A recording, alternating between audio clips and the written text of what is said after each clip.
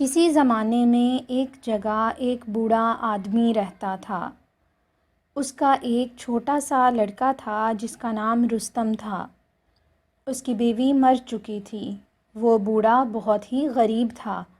باپ بیٹا دونوں چیتھڑوں میں لپٹے رہتے اور اکثر فاقے کرتے تھے۔ ایک دن بوڑھا اپنے نوعمر بیٹے کے ساتھ سلیم بائے نام کے اپنے ایک امیر ہمسائے کے دروازے پر گیا اور روتے ہوئے اس نے کہا، مالک، از راہ کرم ہماری کچھ مدد کیجیے۔ ہم دونوں آپ کا ہر حکم بجا لانے کے لیے تیار ہیں، ہم پر رحم کیجیے۔ امیر سلیم بائے نے بوڑھے کو گھور کر دیکھا اور کہا، میرے گھر میں مفت کی روٹی نہیں ہے، تم پہلے اپنا قرض چکا دو، آج نہیں تو کل مر جاؤ گے، پھر تمہارا قرض کون چکائے گا؟ تمہارے لڑکے کو تو کوئی پوچھے گا بھی نہیں۔ قرض کی بات سن کر بوڑھے کو اپنے کانوں پر یقین نہ آیا۔ تھر تھر کانپتے ہوئے اس نے امیر سے پوچھا، مالک، آپ کون سے قرض کی بات کر رہے ہیں؟ آپ نے مجھے کبھی کچھ نہیں دیا۔ سلیم بھائی نے اپنی آنکھیں چمکاتے ہوئے کڑک کر کہا، چپ رہو بے شرم، کیا تم نے مجھے دھوکہ دینے کی سوچی ہے؟ یہ کہہ کر وہ بوڑھے کو چابک سے مارنے لگا۔ بوڑھا بے دم ہو کر گر پڑا اور اس کی آنکھوں سے آنسو بہہ نکلے۔ بچہ حیران و پریشان ہو کر باپ سے لپٹ گیا اور سسک سسک کر رونے لگا۔ بوڑھے کے حواس جب ذرا درست ہوئے تو اس نے گڑ گڑاتے ہوئے امیر سے کہا، حضور، از راہ کرم ذرا اپنی بات مجھے سمجھائیے تو، اگر میں کچھ بھول بیٹھا ہوں تو یاد دلا دیجیے، میرے اوپر آپ کا کون سا قرض باقی ہے؟ آخر میں نے آپ سے کیا اور کب لیا تھا؟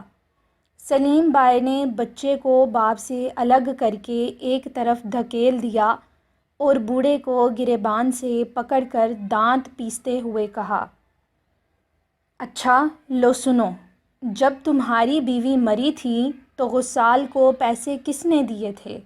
میں نے ہی تو دیے تھے۔ جب تمہاری بیوی کا جنازہ اٹھا تھا تو محلے کے بڑے بوڑھوں کو تم قبرستان کس کی گاڑی پر لے کر گئے تھے؟ میری گاڑی پر نہیں تھے؟ تمہاری بیوی کے فاتحہ پر محلے والوں کی دعوت کس نے کی تھی؟ 100 آدمیوں کو پلاؤ کس نے کھلایا تھا؟ یہ سب تم بھول گئے؟ اور خود تم دونوں نے بھی کیا ڈٹ کر پلاؤ نہیں کھایا تھا؟ سلیم بھائی کے اس سفید جھوٹ پر بوڑھے کو بہت غصہ آیا۔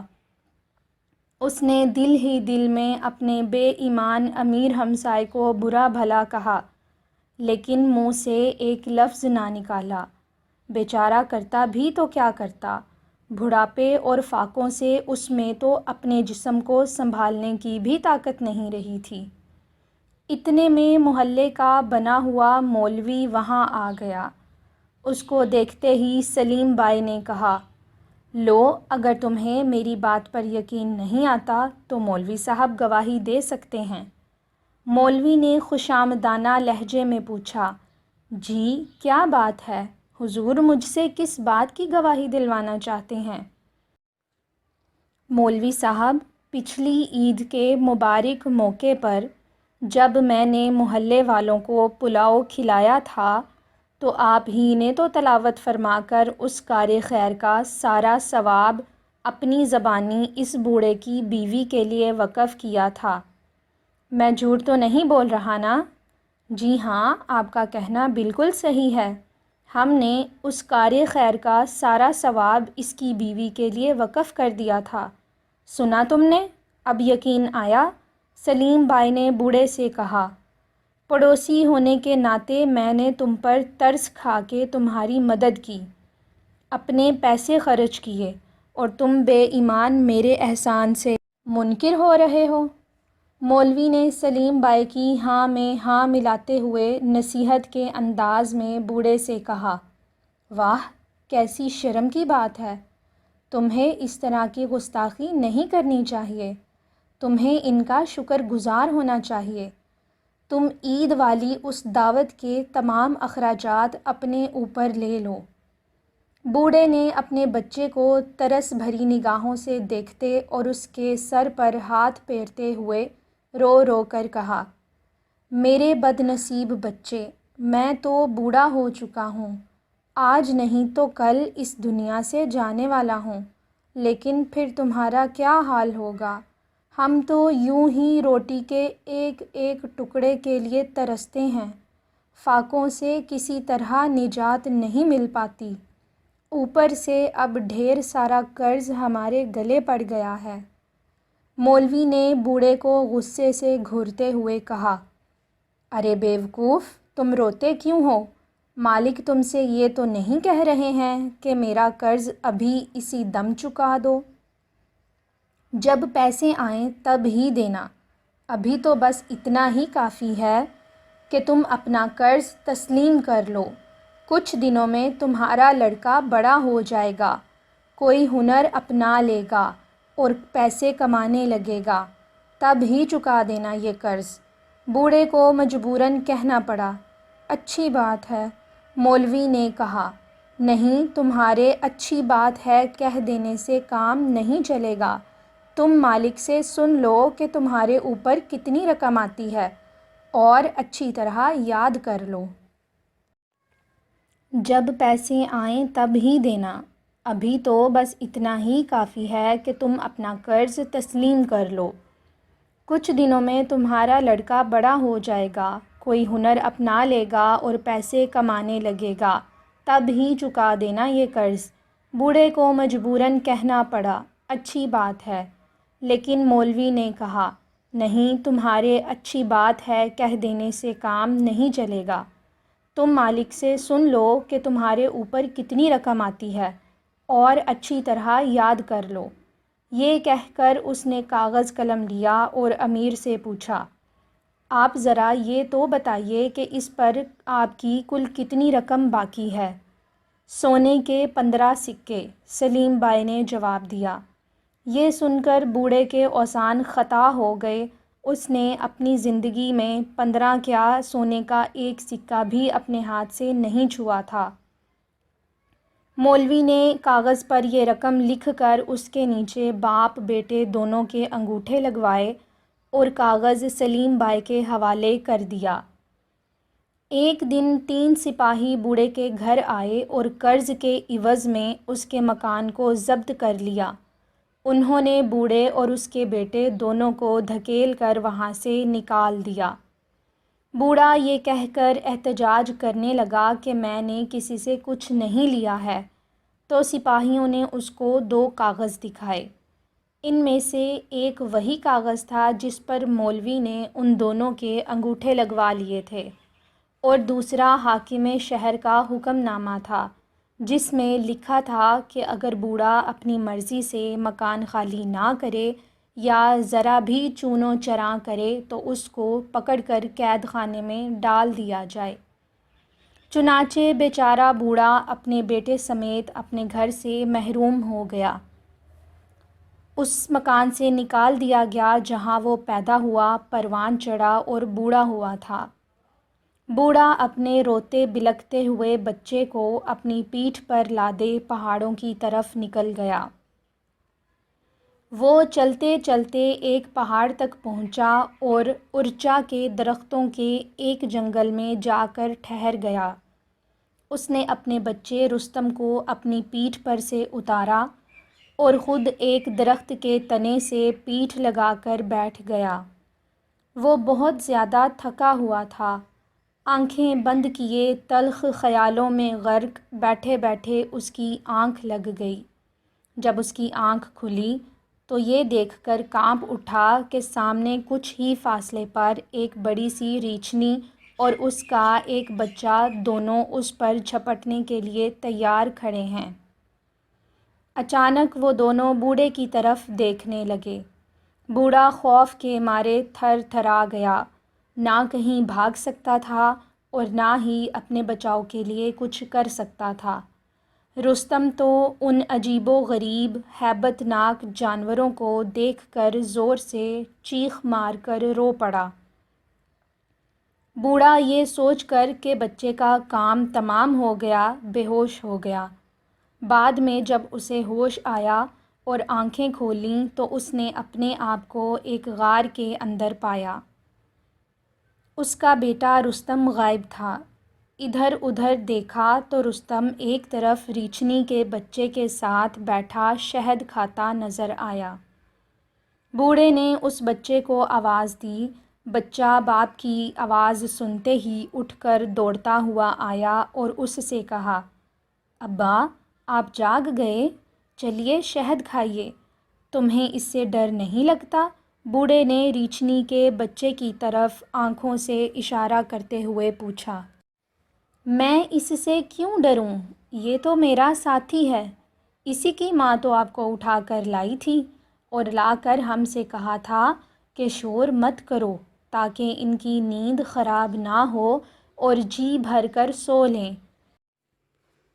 اور پھر میں جلد ہی لوٹ آؤں گی۔ یہ کہہ کر وہ کہیں چلی گئی۔ بوڑھا بڑی حیرت کے ساتھ اپنے بیٹے کا منہ تکتے ہوئے یہ سوچ رہا تھا کہ اس کی بات پر کہاں تک یقین کیا جائے کہ اتنے میں ریچھنی واپس آ گئی۔ وہ کہیں سے کدو کی بنی ہوئی ایک ہانڈی میں دہی اور کچھ روٹیاں لے آئی تھی۔ اسے دیکھتے ہی بوڑھا اٹھ کھڑا ہوا اور جھک کر سلام کیا۔ ریچھنی نے اپنی لائی ہوئی سب چیزیں بوڑھے کے آگے رکھ دیں اور پھر اس سے مخاطب ہو کر کہا، گھبرانے اور پریشان ہونے کی کوئی بات نہیں ہے، آپ بیٹھ کر یہ روٹیاں دہی کے ساتھ کھا لیجئے اور پھر ہم آپ سے باتیں کریں گے۔ ریچھنی کا یہ احترام اور شفقت بھرا برتاؤ دیکھ کر بوڑھے کو بڑا تعجب ہوا۔ اس نے پوچھا، یہ ساری چیزیں تم کہاں سے لائیں؟ زیادہ تعجب کرنے کی بات نہیں ہے، ریچھنی نے جواب دیا۔ یہاں آس پاس بہت سے چرواہے میرے دوست ہیں، یہ چیزیں میں ان کے ہاں سے لے کر آئی ہوں۔ پھر اس نے بوڑھے سے مخاطب ہو کر کہا، بابا اب آپ مجھ کو اپنی بیٹی سمجھیں، یہ دونوں بچے ایک دوسرے کے دوست بن کر رہیں گے۔ وہ دونوں ریچھنی اور اس کے بچے کے ساتھ بڑے چین سے رہنے لگے۔ بوڑھا دن میں بھی آس پاس کے پہاڑی جنگلوں میں لکڑیاں کاٹتا، ریچھنی رات کو ان لکڑیوں کو اٹھا اٹھا کر شہر کے نزدیک لے جا کر ایک جگہ رکھ دیتی اور بوڑھا ان کو وہاں سے بازار لے جا کر بیچ آتا۔ رستم بھی چھوٹے ریچھ کے ساتھ کھیلتا کودتا بڑا ہوتا گیا۔ ایک دن آس پاس کے چرواہے اس کو ریچھ کے ساتھ کشتی لڑتے دیکھ کر بڑے حیران ہوئے اور اس کی طاقت اور پھرتی کی داد دی۔ 4-5 سالوں کے اندر اندر رستم کی پہلوانی کی شہرت دور دور تک پھیل گئی۔ اس کی طاقت کی وجہ سے لوگ اس کو بھالو پہلوان کے نام سے یاد کرتے تھے۔ ایک بار وہ دونوں بازار سے لکڑیاں بیچ کر گھر لوٹ رہے تھے تو بوڑھے نے ایک آدمی کی طرف جو عمدہ کپڑے پہنے وقار اور روب داب کے ساتھ گھوڑے پر سوار چابک کو ہلاتا ہوا چلا جا رہا تھا، اشارہ کرتے ہوئے رستم سے کہا، یہ وہی سلیم بائی ہے جس نے ہمارا مکان ہم سے چھین لیا تھا۔ سلیم بائی کے پیچھے پیچھے ایک ہجوم ایک اونٹ پر لدی ہوئی کسی چیز کو بڑے اشتیاق سے دیکھتا ہوا چلا جا رہا تھا۔ اچانک رستم کو کراہنے کی ایک آواز سنائی دی جو اسے جانی پہچانی سی لگی۔ رستم نے نزدیک جا کر دیکھا تو اونٹ پر ایک پنجرے کے اندر اس کا دوست ریچھنی کا بچہ پڑا کراہ رہا تھا۔ معلوم ہوا کہ سلیم بائی نے اپنے کچھ لوگوں کے ساتھ شکار کھیلتے ہوئے ریچھنی کے بچے کو پکڑ لیا اور اب اسے اپنے داماد حاکم شہر کی نظر کرنے کے لیے جا رہا ہے۔ رستم کو سخت غصہ آیا اور اس نے فوراً جا کر ان رسیوں کو توڑ ڈالا جن سے پنجرہ اونٹ پر بندھا ہوا تھا اس نے اپنے دوست کو پنجرے سے باہر نکالا اور اس سے بغل گیر ہو گیا۔ سلیم بائی کے ملازم رستم پر ٹوٹ پڑے، لیکن رستم نے ان سب کو اٹھا کر پرے پھینک دیا اور ان کو دوبارہ اس کے قریب پھٹکنے کی جرأت نہ ہوئی۔ رستم سلیم بائی کی طرف مڑا ہی تھا کہ وہ اپنے گھوڑے کو دوڑاتا ہوا باغ کھڑا ہوا۔ رستم اپنے باپ اور ریچھ بھائی کے ساتھ اپنے ڈیرے کی طرف روانہ ہوا۔ جو لوگ وہاں کھڑے یہ منظر دیکھ رہے تھے ان سب نے رستم کی طاقت، شجاعت اور چابک دستی کی دل کھول کر داد دی۔ اس انوکھے واقعے کی خبریں سارے شہر میں اور آس پاس کے تمام علاقوں میں پھیل گئیں۔ سلیم بائی اتنا گھبرا گیا تھا کہ اس نے باہر نکلنا ہی چھوڑ دیا تھا۔ شہر کے حاکم نے آگ بگولا ہو کر حکم جاری کیا کہ جو پہلوان شکاریوں پر حملہ کر کے ان سے ریچھ کو چھین لے گیا ہے اس کو پکڑ کر لایا جائے، لیکن کسی کو اس کے حکم کی تعمیل کرنے کی کوئی خواہش نہیں تھی۔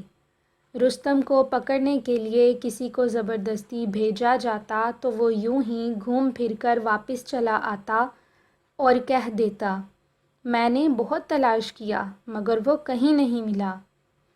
ملک میں رستم کے کارناموں کی خبریں پھیلتی گئیں۔ شہر کے مفلس، فاقہ کش اور مظلوم لوگ روٹی اور عافیت کی تلاش میں رستم کے پاس آنے اور یہاں لکڑہاری کر کے پیٹ پالنے لگے۔ ایک دن سلیم بائی کو معلوم ہو گیا کہ رستم اسی بوڑھے کا بیٹا ہے جس کو اس نے اس کے مکان سے نکلوا دیا تھا اور وہ امیروں کے یہاں سے بھاگنے والے غریب لوگوں کو پناہ دے کر ان کی مدد کرتا ہے۔ یہ معلوم کر کے سلیم بائی کا خون کھول اٹھا اور اس نے فوراً ہی حاکم شہر کے پاس جا کر اس کو سارا حال سنا دیا۔ حاکم مارے غصے کے آپے سے باہر ہو گیا اور 100 بہترین گھڑ سواروں کے دستے کو ساتھ لے کر رستم کی تلاش میں پہاڑوں کی طرف چل پڑا۔ اس نے اپنے سپاہیوں میں اعلان کر دیا، جو کوئی رستم کو زندہ پکڑ لے گا میں اس کے ساتھ اپنی بیٹی کی شادی کر کے اس کو 100 گھڑ سواروں کا سردار بنا دوں گا۔ حاکم رستم کو پکڑنے میں ایک بار پھر بری طرح سے ناکام ہو گیا۔ اس کے شرمناک طور پر بھاگ کھڑے ہونے کی خبر اسی دن سارے شہر میں پھیل گئی۔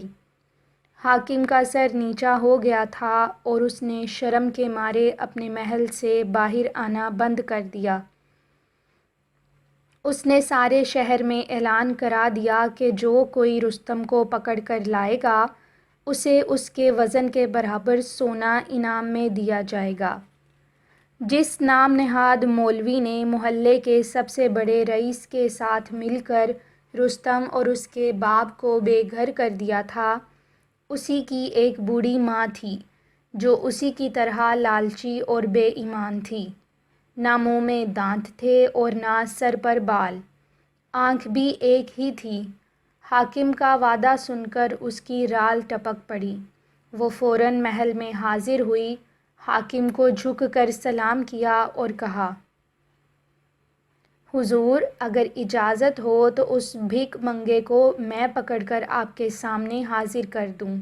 ہاں حاضر کرو، حاکم نے کہا، اگر تم نے یہ کام کر دیا تو میں تمہاری ہر خواہش پوری کر دوں گا، لیکن حضور شرط یہ ہے کہ ایک تو آپ 15 ایسے مردوں کو میرے ساتھ کر دیں جن پر آپ کو پورا اعتماد ہو اور جن کے نہ سر پر بال ہوں اور نہ منہ پر داڑھی مونچھوں کا نام و نشان، اور دوسرے یہ کہ جب یہ کام بخیر و خوبی انجام پا جائے تو آپ حکومت کے ہر معاملے میں، ہر بات میں مجھ سے مشورہ کیا کریں گے۔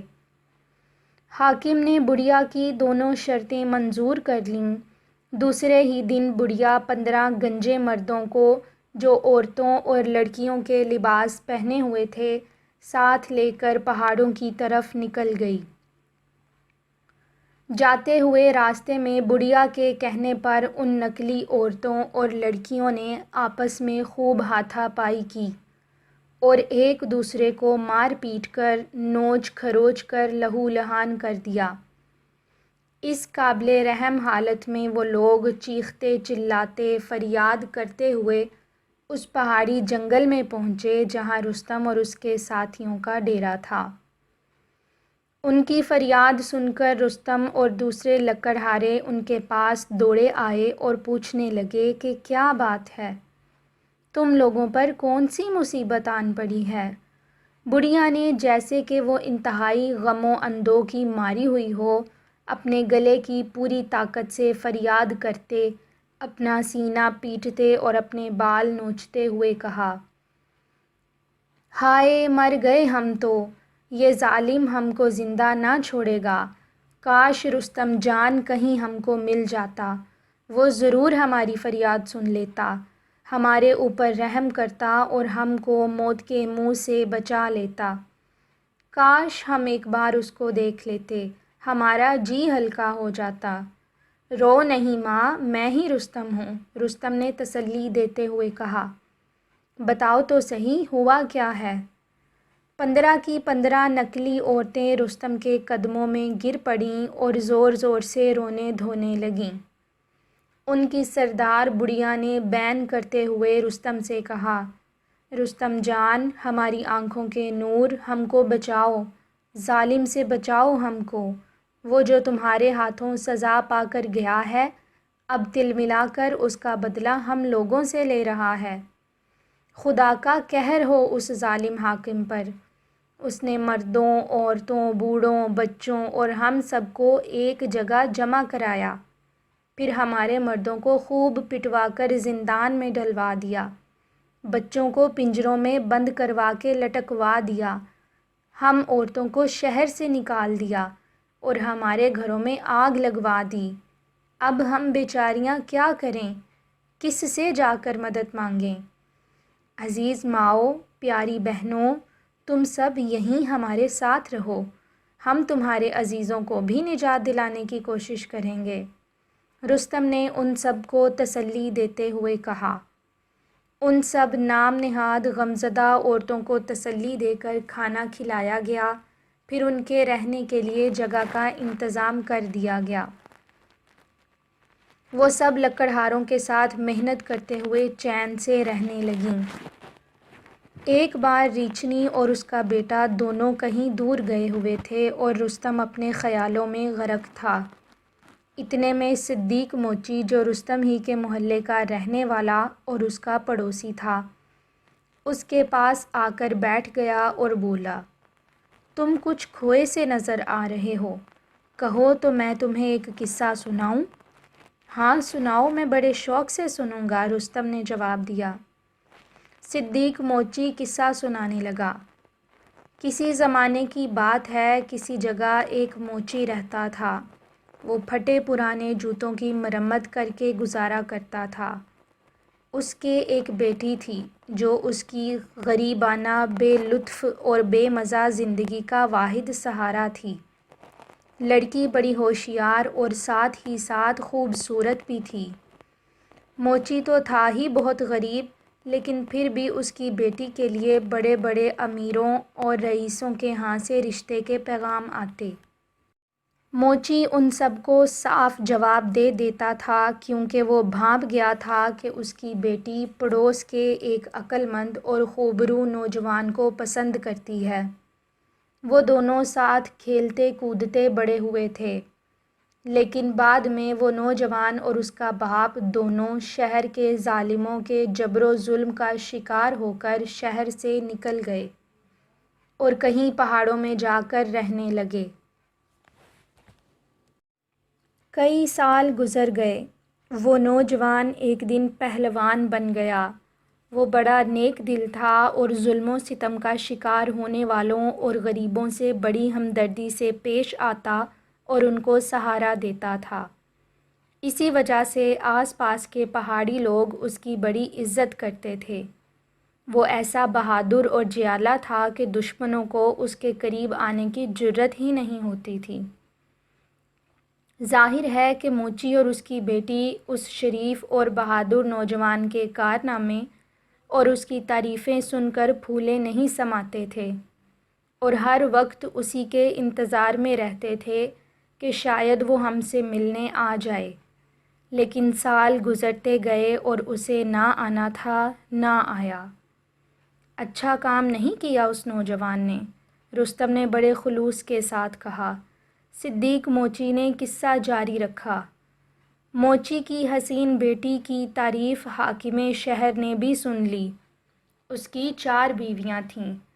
اس نے اس لڑکی کو اپنی 5ویں بیوی بنانے کا ارادہ کر لیا اور رشتے کا پیغام بھیجا، لیکن لڑکی کے باپ نے صاف جواب دے دیا۔ تب حاکم کے حکم پر اس کے آدمی موچی کے گھر آئے۔ انہوں نے موچی کے ہاتھ پاؤں باندھ کر اسے دریا میں پھینک دیا، اس کے گھر کو آگ لگا دی اور اس کی بیٹی کو زبردستی محل اٹھا لے گئے۔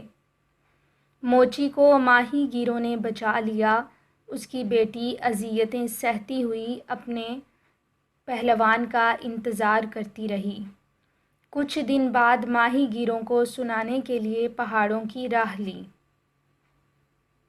موچی کا قصہ یہیں تک پہنچا تھا کہ اچانک ان نام نہاد مظلوم عورتوں میں سے ایک نے ہانپتی کانپتی آ کر رستم سے کہا، رستم جان، آپ کی ماں جی مر رہی ہیں اور آپ کو دیکھنے کے لیے بےتاب ہو رہی ہیں۔ یہ سنتے ہی رستم اٹھ کھڑا ہوا اور دوڑا دوڑا بڑھیا کے پاس آ گیا۔ وہ اس طرح سانس لے رہی تھی جیسے جان حلق میں اٹکی ہوئی ہو۔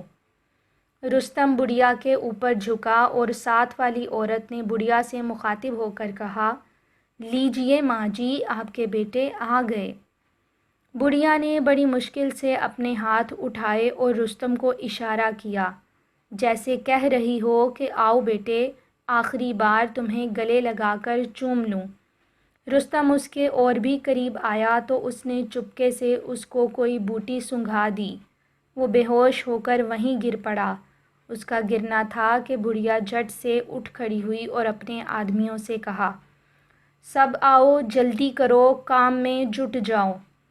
ان سب نے فوراً ہی رستم کے پاؤں خوب کس کر باندھ دیے، پھر اس کو ایک پلنگ پر ڈالا جسے انہوں نے تیار کر رکھا تھا اور اٹھا کر شہر کی طرف چل پڑے۔